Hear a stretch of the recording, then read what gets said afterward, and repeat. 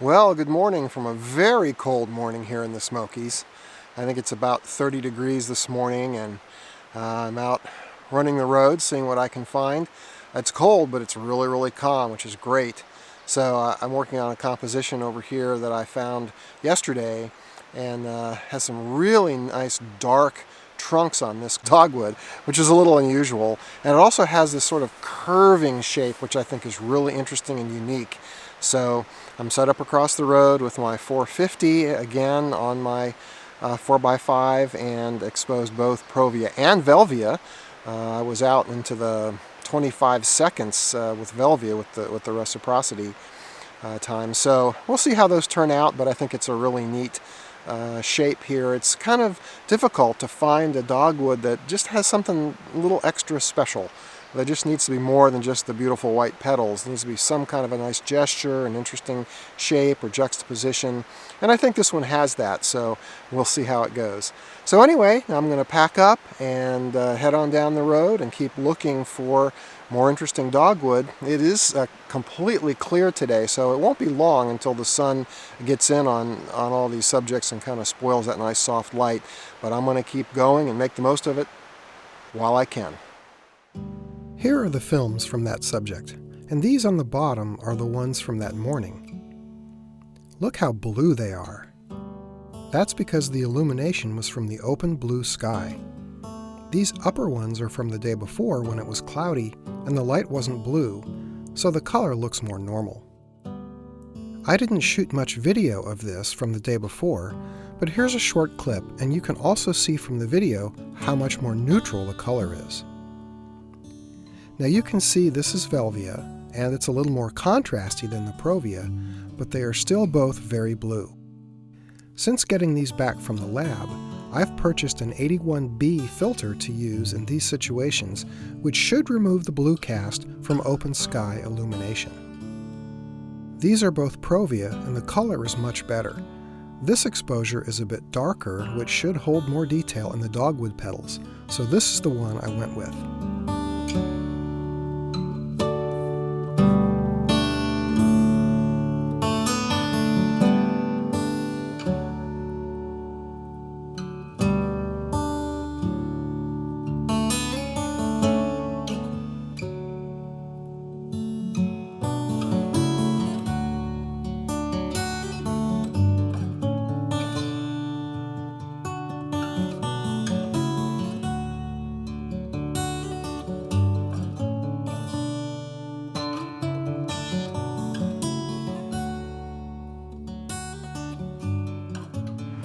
Normally with my forest photography, I want nice soft light, either before sunrise or just after sunset, or a nice cloudy day, maybe a little light rain is nice, and those conditions just typically reveal the forest so much better, and it's just not generally good with sort of the harsh shadows of midday or just anytime the sun is shining on the forest. It just creates patterns, and it just that you don't want, and it's a little complex looking and too busy for the eye.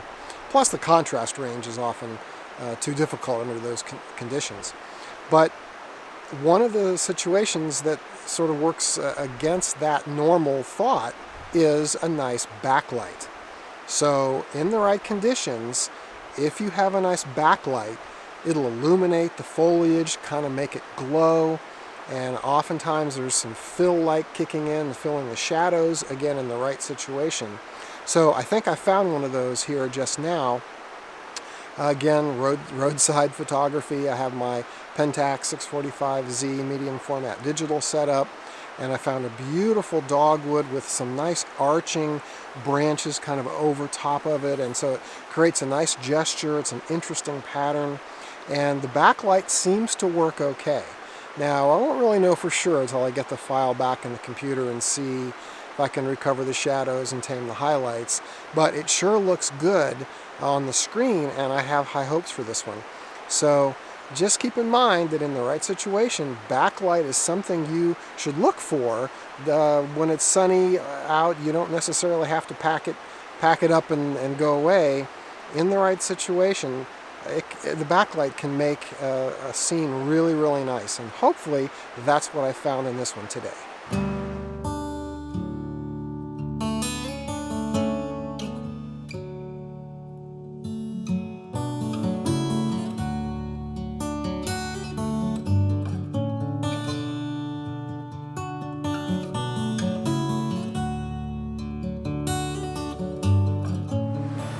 Well, in an attempt to find something other than dogwood trees to photograph, I'm wandering along the side of the river here and found a really neat arrangement of rocks and sort of dappled sunlight and submerged rocks under the water, and I really think the warm brown tones of those rocks under the water look really, really nice, and some nice thrusting shapes of rock going out into the water, and then some neat whitewater riffles in there as well. So hopefully this is going to work out well.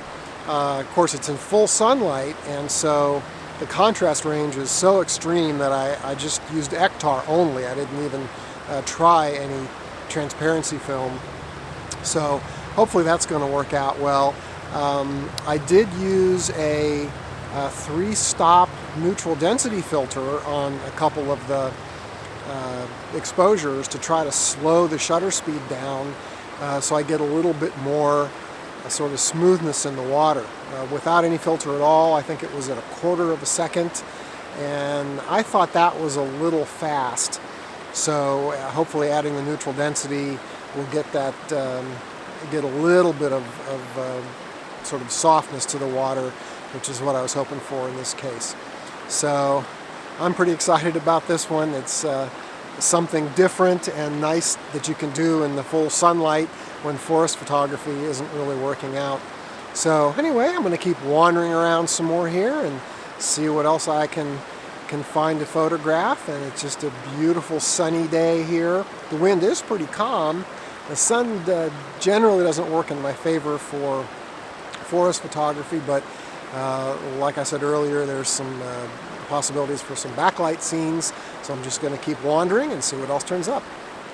And I should mention, and you're probably tired of hearing me say this now, but I did use front tilt on this image in order to align the plane of focus with the subject plane. Since I'm photographing along the ground, you just tip the front standard forward slightly, and it just brings everything into perfect focus.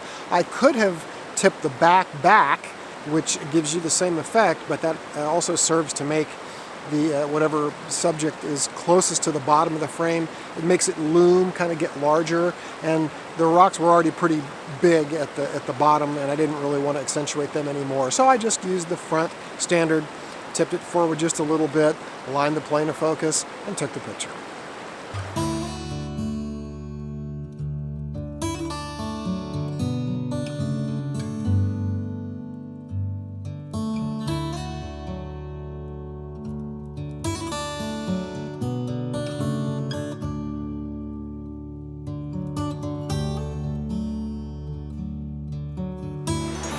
Well, I'm going back to my roots a little bit with this subject. Just photographing a little riffle in the water, just a little figure of white water that looks nice. And gosh, when I was younger, I spent a lot of time along creeks and streams like this, just looking for little details to photograph.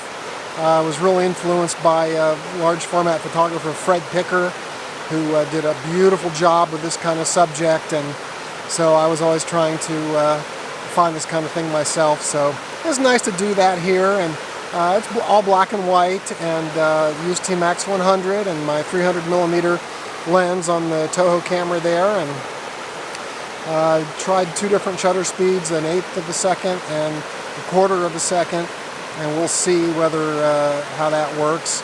I thought about putting an ND on and going slower, but somewhere in that range is sort of a more realistic look for the river, the movement of water. I think it's been a while since I've done one of these like this, so we're going to try it this way and see how it goes. But this has been fun just to drive along this creek here and stop and look at different parts of the whitewater. So I may find some more as we go along here. Sun's starting to come in and out a little bit, but still mostly sunny, which works well for subjects like this. So I've enjoyed working on this one, and I'll see if I can find some more. Here's a quick look at the proof sheet. My 300mm lens was wider than I wanted, but the 450 was too tight, so I used the 300 and planned to crop in, emphasizing the more important shapes and forms of the water.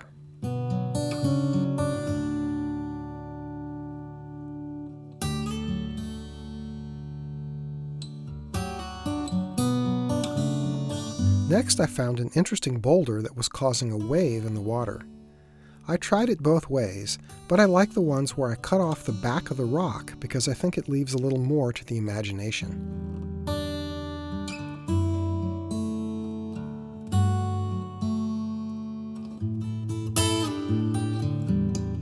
Then I thought about rotating the image 90 degrees, and maybe, just maybe, it becomes a little more than just a rock.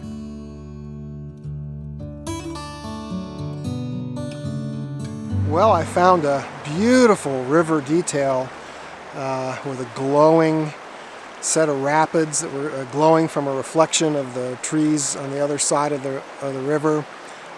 This little riffle was in shade, and gosh, it's just warm light and cool light and just a beautiful little shape. So hopefully it's going to be really, really nice. I used my 300mm lens, both Velvia 50 and Provia 100, so we'll see which looks best. But it's nice to have a little bit of a break from Dogwood, even though I found many of those today as well. But these little river details are so nice. So I think that's about it for today, although I probably still have another hour of light, so I'll still be cruising around and seeing what else I can run across tonight. But it's been a really good day, and thanks so much for watching, and we'll see you on the next one. Here's the Velvia 50, and this one is Provia 100. You can see the Velvia is more saturated with richer color, and I like how the blue is rendered better with the Velvia. So that's the one I went with.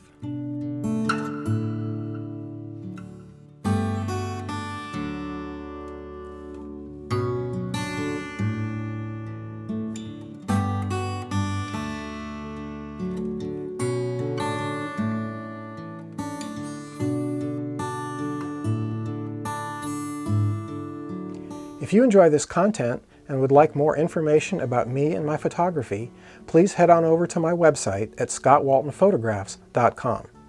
I have an ebook, annual folios, and handmade fine art prints available from locations all across the country. Thanks so much for checking that out.